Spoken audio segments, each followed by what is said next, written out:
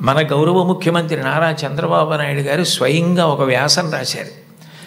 తల్లికి జేజే, తండ్రికి జేజే, గురువుకు జేజే అని ఒక పుస్తకం ఉంది. ఆ పుస్తకంలో బహుశా నాకు జ్ఞాపకం ఉంటే 3వ వ్యాసం అనుకుంటాను. ఆ వ్యాసంలో ఆయన ఒక విషయం ప్రస్తావన చేశారు. వాళ్ళ అమ్మగారి పేరు అమ్మಣ್ಣమ్మ గారు. ఆవిడ చిన్నతనంలో చంద్రబాబు నాయుడు గారిని పిలిచి ఒక కథ చెప్పారట. ఒరేయ్ నాన్న, మనిషి కష్టపడాలి. ఎందుకు కష్టపడాలో తెలుసా? ఒకరింట్లో ఒక పంది, ఒక నక్క 2 ఉండేవి. ఆ పంది చాలా కష్టపడి పనిచేసి మధ్యాహ్నం ఇంటికి భోజనానికి వచ్చేది. నక్క పని చేయడం మానేసి చెరుకు తోటల్లో తిరుగుతూ ఊళలు వేస్తూ వచ్చే ముందు బురదలో పొర్లాడి వచ్చేది. పంది ఒళ్ళు కడుక్కుని వచ్చేది. ఇంటికొచ్చి శుభ్రంగా ఉన్న పందిని చూసి ఇదేం పని చేయలేదనుకుని మంచినీళ్లు మాత్రమే పోసేవాడు యజమాని. నక్క ఒంటి నిండా బురదంటించుకోవడం చూసి ఇది బాగా కష్టపడింది అనుకుని బాగా దానికి తిండి పెట్టేవాడు.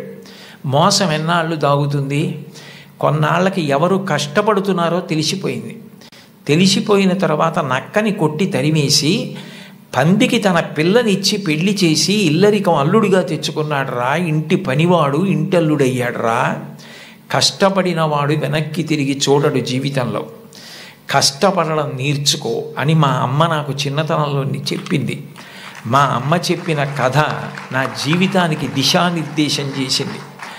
ఆనాటికి ఈనాటికి ఏనాటికి నాకే కాదు మా ఊరంతటికి అదే భగవద్గీత. నేను యథాతథంగా ఆయన వ్రాసిన వ్యాసంలో మాటలే చెప్తున్నాను.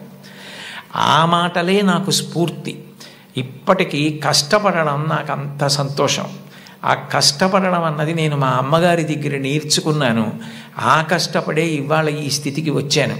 నేను ముఖ్యమంత్రినైనా మా అమ్మగారు మాత్రం మా ఇంట్లో గట్టిగా 3 రోజులు ఉండడానికి ఇష్టపడేది కాదు.